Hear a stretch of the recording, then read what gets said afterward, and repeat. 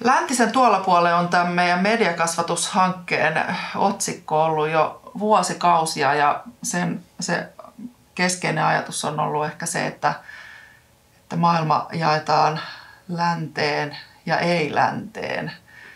Ja usein tuntuu siltä, että se länsi ja länsimaisuus jotenkin kummasti sisältää kaiken kauniin ja hyvän ja sitten se ei-länsi, jota tarkemmin ei ehkä määritellä, niin siellä on sitten kaikki takapajusta ja ankeeta. Ja helmikuussa 2023, kun Venäjä hyökkäsi Ukrainaan, niin sen jälkeen otsikot on taas täyttynyt länsi-sanalla, jota käytetään ihan tavallaan missä tahansa yhteydessä. Mutta siitä lähtien musta on ainakin tuntunut, että eniten kun sanotaan länsi, niin sen vastakohta sille onkin Venäjä. Oletko sä samaa mieltä?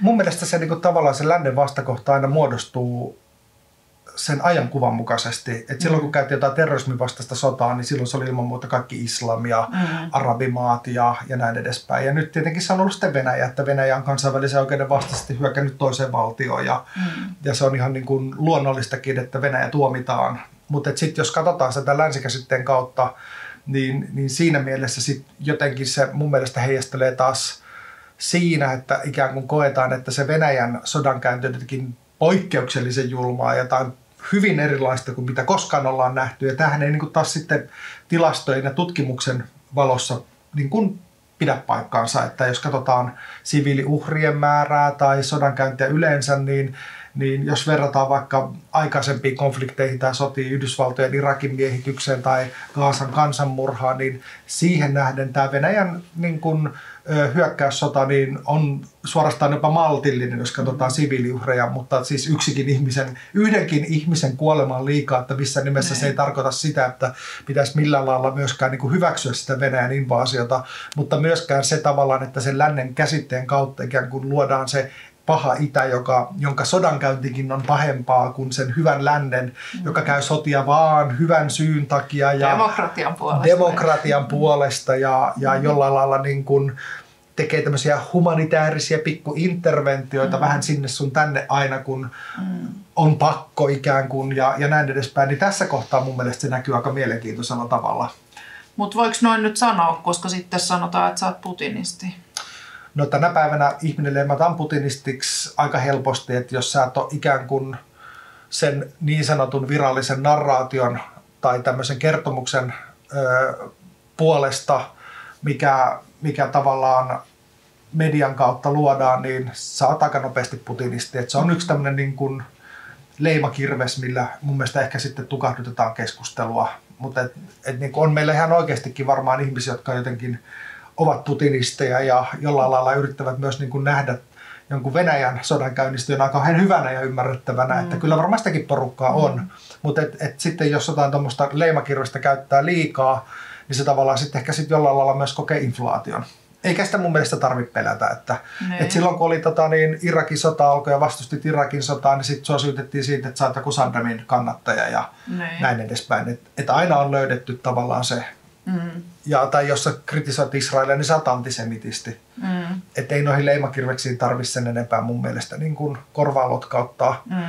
No jos vielä mietitään tätä niin kuin Venäjää, niin kun sä seuraat paljon kaikkea kansainvälistä mediaa ja muutakin asioita maailmalla, niin mitäs ihmiskunnan enemmistö ajattelee tästä Ukrainan sodasta?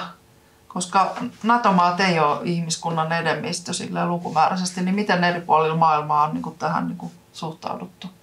Joo, se on jotenkin jännä, että joskus Suomessa ja joissain Euroopan maissa saatetaan niin kuin luulla, että se, miten me ajatellaan asioita, että se olisi joku tämmöinen yleinen totuus. Et meillä ei ole todellakaan enää, jos ehkä koskaan on ollut, mutta vielä niin kuin pienemmissä määrin, niin meillä ei ole valtaa määritellä sitä, miten nykypäivänä asiat koetaan. Ja kyllä jos me lähdetään niin kuin Euroopan tai Yhdysvaltojen ulkopuolelle, niin mun kokemuksen mukaan se tulkinta siitä Ukrainan sodasta on hirveän erilainen. Ensinnäkin se ei ole läheskään niin keskeisessä roolissa kuin mitä me uskotaan. Että se nähdään jollain paikallisena konfliktina siellä jossain. Mä veikkaan, että enemmistölle maailman maista esimerkiksi tämä Gazan kansanmurha on huomattavasti relevantimpi ja keskeisempi kysymys kuin Ukrainan sota. Ja paitsi entäs jossain Kaakkois-Aasiassa, mitkä on vaikka ihmiset, jotka on tosi kaukana molemmista näistä mainituista konflikteista, onko se?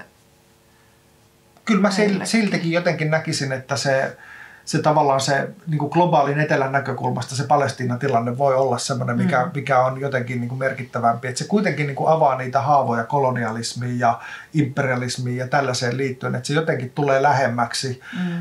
Ja tietenkin sitä on sitten yritetty aika paljon, ihan mun mielestä hyväkin niin, että jollain lailla myös niin kuin tätä Ukrainan sotaa on pyritty käsittelemään tämmöisen niin kuin kolonialismin ja imperialismin kautta, että kyllähän niin kuin Venäjä on ollut tämmöinen laajentuva voima ja Venäjä myös katsoo tavallaan, että tämmöisessä niin kuin geopoliittisessa valtapelissä, että Ukraina ikään kuin, joka on itsenäinen valtio, niin kuuluisi jotenkin siihen Venäjän tavallaan niin kuin vaikutuspiiriin, mutta sitten täytyy myös muistaa, että sillä on ihan oikeasti myös geopoliittisia merkityksiä, että ei niitäkään niin kuin voi myöskään poistaa, että jos Ukrainasta tulisi NATO-maa esimerkiksi, sinne tulisi jotain Yhdysvaltojen sotilastukikohtia Venäjän rajalle, niin voi vaan kuvitella, että jos Yhdysvaltojen viereen perustettaisiin kiinalaisia tai venäläisiä sotilastukikohtia, että se varmasti herättäisi jonkinlaisen reaktion ja Yhdysvalloilla on 800 tukikohtaa ympäri maailmaa, siis ainoana edelleen tämmöisenä niin kuin valtiona maailmassa, mutta että niin kuin, jos katsotaan YK:ssa ja jos katsotaan niitä ihmisten tunteita, niin kyllä mä veikkaan, että ne eroavat hyvin merkittävästi siitä, miten me luullaan Yhdysvalloissa ja Euroopassa, eli niin sanotussa lännessä liittyen tähän konfliktiin. Et kyllä mä veikkaan, että monille voisi tulla yllätyksenä, jos ne niin kuin ymmärtäisi, mistä näkövinkkelistä tätä katsotaan. Ja monille tämä myös näyttäytyy tämä sota ihan siis sellaisena, että nyt niin kuin Venäjä laittaa niin kuin hanttiin lännelle ja lännen valtapyrkimyksille ja sillä saattaa olla jopa semmoista niin kuin tietynlaista niin kuin glorifiointia. Monissa muslimimaissa esimerkiksi Putinia kutsutaan nimellä Abu Ali. Eli tämmöinen, niin kuin se on tämmöinen hänen saama kunnianimensä, koska hän pelasti Syyrian tältä niin kuin islamilaiselta invaasiolta. Ja tämä taas myös jakaa sitten tämä Syyrian konflikti aika hyvin taas esimerkiksi arabimaailma, että monille taas sitten Venäjä näyttäytyy tämmöisenä niin kuin ulkopuolisena Syyrian siviiliväestön pommittajana, se sitten taas ei kaikissa maissa ja näin edespäin. Mutta Suomessahan meillä on siitäkin vaan se yksi tarina, mutta että niin kuin, se on aika monimutkainen kysymys ja ehkä semmoinen niin kuin kaksinaismoralismi, mikä liittyy Yhdysvaltojen ja Euroopan ulkopolitiikkaan viimeisten 50 vuosien aikana, niin ei tämä Ukrainan sota nyt ole mikään kauhean poikkeus niin kuin millään mittarilla. Mutta sitten pitää aina muistaa sekin, että vaikka on tärkeää säilyttää semmoinen kriittisyys ja niin kuin tasapuolisuus, kun me pohditaan näitä konflikteja ja yritetään niin kuin ymmärtää vaikka rauha- ja konfliktitutkimuksen näkökulmasta laajemmin näitä kysymyksiä, niin sitten ei ruveta koskaan myöskään niin kuin ymmärtämään sitä, että sodankäyntiä minkälaisissa olosuhteissa, että meidän pitää aina muistaa pysyä hyväksymään, että meidän pitää aina muistaa, että meidän pitää niin kuin kamppailla rauhan puolesta ja vastustaa sotaa ja ilman muuta meidän pitää yrittää ymmärtää konflikteja, niiden juurisyitä, ja meidän pitää ymmärtää niiden historiaa, meidän pitää ymmärtää niiden yhteiskunnallisia merkityksiä, mutta me ei voida missään olosuhteessa koskaan lähteä niitä hyväksymään.